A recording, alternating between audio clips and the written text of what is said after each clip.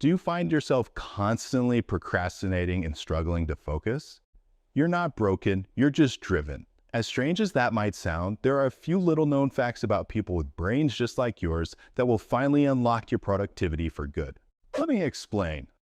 Being driven means that we are designed theoretically as a response to trauma is really what attention deficit disorder is. It's a transgenerational adaptation to a traumatizing or a chaotic world. This one in particular about procrastination is that we strive under tension. We strive under stress. I operate better under stress. Understanding of how stress and procrastination and really how taking charge of that and looking deeper into it is what this video is about. My name is Dr. Doug Brackmann. I am a licensed psychologist. This topic that I'm going to talk about today, which is procrastination. I deal with the ADD, ADHD world, and I've got other videos that you can check out that really dive deep into what it means to be driven.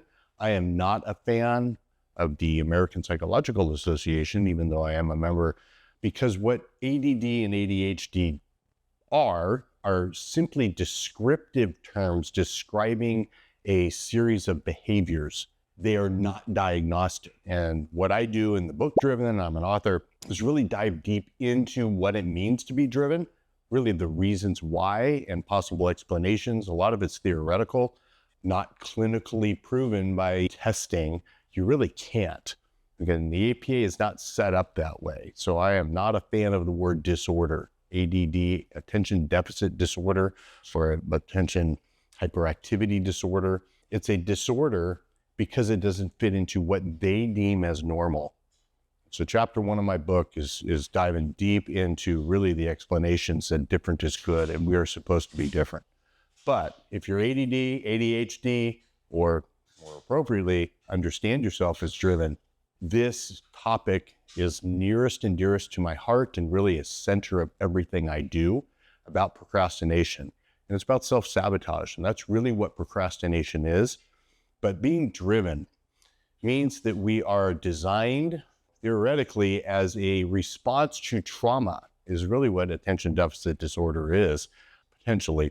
And again, it's a transgenerational adaptation to a traumatizing or a chaotic world. This one in particular about procrastination is that we strive under tension. We strive under stress. I operate better under stress, and that understanding of how stress and procrastination and really how taking charge of that and looking deeper into it is what this video is about. And I'm going to give you some real practical tools. Never have to procrastinate again. Think about that, how different your life might be if you didn't have to really struggle with that procrastination. I do a couple different things that you first have to get some basic understanding of how this brain and body work. I've got other videos that dive deep into that too, but very simply, Siddhartha Gautama, guy named the Buddha, was just a psychologist just like me. He's not a messiah figure. He'd be pissed off actually by what they've done to a lot of it. You know, they idolize him, and he was not a fan of idolization. But the psychology of really how these two different operating systems, trying to make sense of this bizarre experience of being alive, get us through the world. And these two different operating systems, the way he conceptualized it very simply, you may have heard it before, it's often described as a horse or an elephant with a rider on top. And so these two different operating systems, most people have a single rider up on top. And if that's shocking to you, you may be like me. Those of us without the executive function in our brain have 9 to 13 different riders up on top of my elephant, I guess. And so I've got all this monkeys up in my head. And that's what the Buddha conceptualized this as. This is the monkey mind. And he perceived it as a bunch of monkeys trying to control an elephant, an Indian elephant. And they have very different agendas and very different goals. And so that's the first kind of anchor of understanding that you need to really experience real-time procrastination. What do I mean by that? Is that procrastination does not exist in the present moment. And I'm going to come back to that 5 or 6 times. And I'm going to draw you a picture here by a guy named Csikszentmihalyi. He wrote a book called Flow, very famous psychologist, talking about optimal performance. And so staying with this metaphor, though, staying with this monkey elephant metaphor, in my doctoral dissertation, self-fulfilling prophecy or self-sabotage, and really this 2 operating system model explains very aptly why January is so freaking crowded at the gym. And why is January so crowded at the gym? That's because these monkeys up here, maybe you have one, maybe you got 13, but at least one of them can imagine what a Beachbody 6-pack abs look like. And that seems socially desirable. And I want that. And that I living up in here, this ego structure, is looking for this ideal persona, looking for this perfect body. But this thing down below the nose, this elephant, seems to have a different agenda. And so January 1, here we go charging into the gym, best of intentions, somewhere 2-3 weeks in, somewhere January 14th, January 21st, the elephant's agenda starts to become apparent, meaning that you start to feel the stickiness to the damn couch. And the monkey mind then, you got these monkeys up here, one jumping around, up cheerleading you on, oh, come on, you can do it, you can do it, you can do it. And maybe even a gorilla up there with a big stick, elephant hook, beating the shit out of this elephant. You're gonna go to the gym. Then the body says, and that battle between the monkeys and the elephant start. And that is what most people experience in suffering when it comes to procrastination, is that your body doesn't want to do it, but my mind knows I need to. And so that is what the Buddha called dukkha, suffering, discontentment. And he said, all life is discontentment. So all of our experiences in it. But what is the relationship between these two? So this one wants the 6-pack abs. Why is this one resistant to it? You look at lottery winners, another great example from my dissertation. What happens to lottery winners 2, 3, 4, 5 years after they win a lottery? It is the worst thing ever to happen to you, by far. It destroys your world. Why? What in the world's going on? So you have to understand how these 2 different operating systems, basic agendas of it. This thing up here is a time machine. And what it can imagine is cell phones and all, airplanes and all this magical things that don't even exist. It's 6-pack abs, but this thing doesn't want that magical, mystical world. What it wants is a familiar world. And so we have this thing called bandwidth in the body. And the body has a set point, literally a neurological, biological set point for what is normal or what is deemed typical for the experiences of this. And this is why you go back and you date the same kind of person again and again and again. You seem to, best intentions, wind up back in the same place, because this thing is constantly moving us back, course correcting. Things are too good, it moves back this way. If things are too bad, we gotta get our shit together, and you move up. But that unconscious, and it is, the unconscious is right here, it's not a mystery, is usually below our perception. So that's the secret to this hacking procrastination forever, is understanding that you can become aware of these sensations in the body, called interoception. You can feel these impulses gently moving you away from the gym. Or even better, I'm going to the gym at 8 o'clock in the morning. It's remarkable at 7:55 how you are doing your laundry and doing all these other things. You may just as an excuse to not go to the gym, but it's not even in your awareness. First clue of it, you have to feel and you have to become aware then of the resistance. And I talk a lot about resistance in all of my videos, because it is the core of really what allows for change. You want to succeed in life, that's up here. This thing wants just to be in a familiar world of crap. And not that much crap, but not that much good. And so being able to see how these 2 operating systems work, Csikszentmihalyi in this book, Flow, very simply said, we've got behavior here. That's an abbreviation for behavior. And then we have physiological stress in the body. And what do I mean by stress? emotion.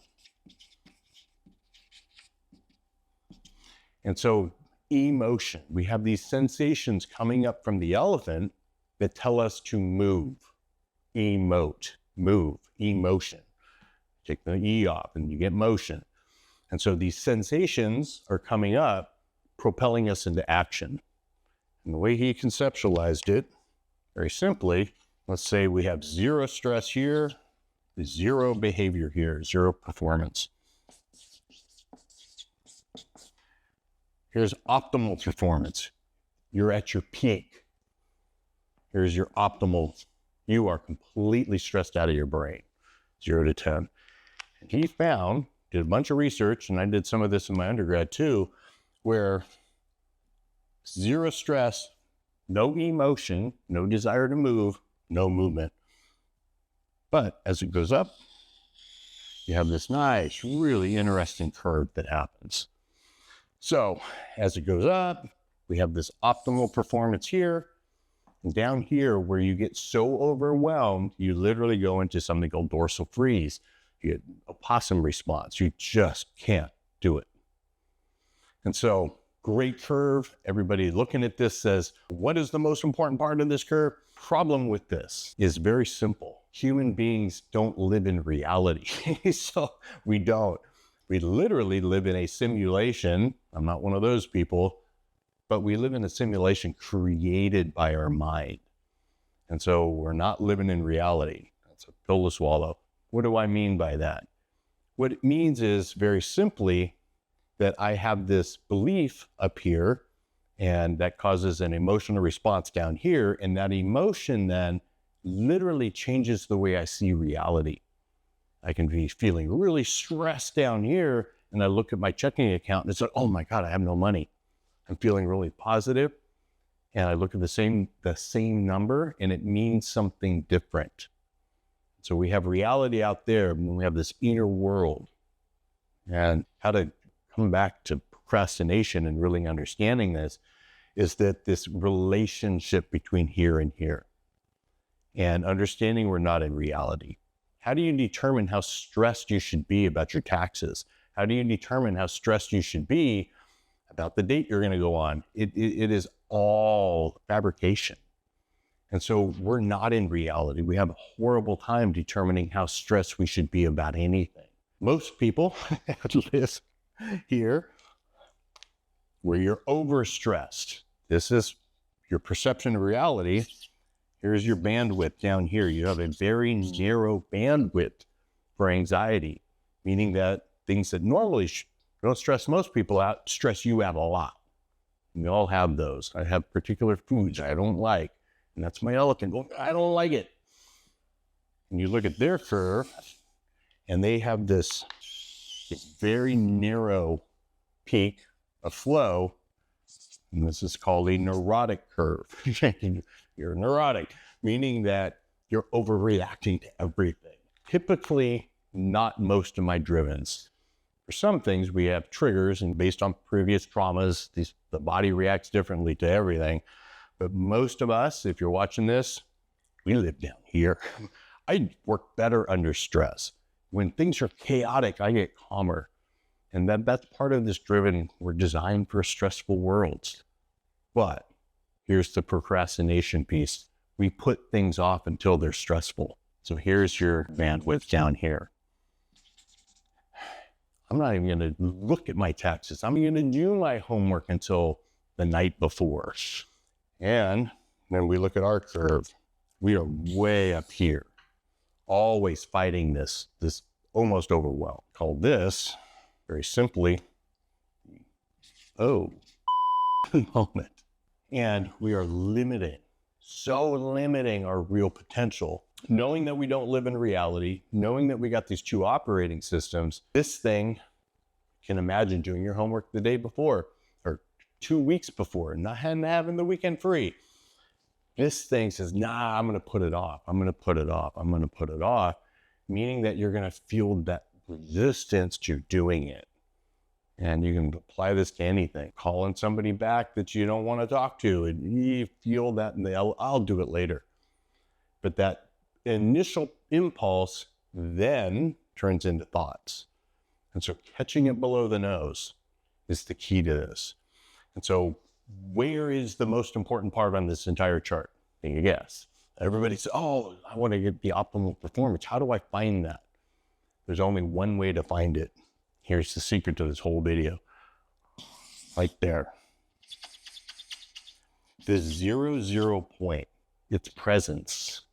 In the present moment, there is no emotion. In the present moment, you have this capacity then, just take the breath, and I got all kinds of videos about meditation. You get to apply meditation to your life.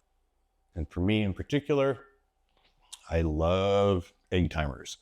And I get them on Amazon. I used to actually get very frustrated at times with my taxes, and I would love to take these egg timers and throw them against the wall. So I buy them in 3 packs on Amazon, but simple, $3. I think they were $8 for 3 of them. And you put 10 minutes in it, you press start. And that creates this artificial stress. It's a gamification. And is there a real consequence to actually not getting my taxes done? Yes, April 15th. But here it is October. I could be reconciling January already this year. Yeah, but I don't need to. But that I would like to appear. But that's artificial stress then that the timer puts on it. Can I do all of January in 10 minutes? And is that possible? It is. And how do I know that? Because I put 10 minutes in there and I'm going. It's a meditation practice because I'm only doing my taxes at that time. My head drifts off and thinks about another cup of coffee. I gently come back to just the taxes, the next line on quick, burn on through. But again, this point right here, this 0 has to be the starting point for any behavior that you're feeling this resistance to. Here's the key punchline to this entire thing. Listen to this carefully, because resistance does not exist in the present moment. And, when I'm coaching people to make it to the gym, how do you do that? Very simply, you turn it into a meditation practice. And the first thing you're going to do is put on your shoes. You're going to put on your shorts, and then you're going to get in the car, and then you're going to drive to the gym, and then you're going to park, and then you're going to walk in. And you're building these sequential series of steps of never really thinking about the future. And where does stress come from? This emotion doesn't exist in the present moment because there's nothing to move away from right now. If there is, some ball come flying at your face, you don't have to think about it in any way. You're going to just react. And so this time machine that lives up here, this monkey mind that's always jumping around, is what's artificially creating all of this. So I got tons of videos about meditation, more coming. I got another video coming up right after this about bandwidth and really how to play and extend this bandwidth here. Things freak you out. Why is that so important? Because this is typically called excitement as we're going up, where this is fear. And bandwidth, this video, check it out right after this one, really explores how the physiological markers 0 to 10 on here, the body doesn't know the difference between a roller coaster and a cliff. It really doesn't. It's all the same physiological adrenaline and cortisol and tightening of the diaphragm.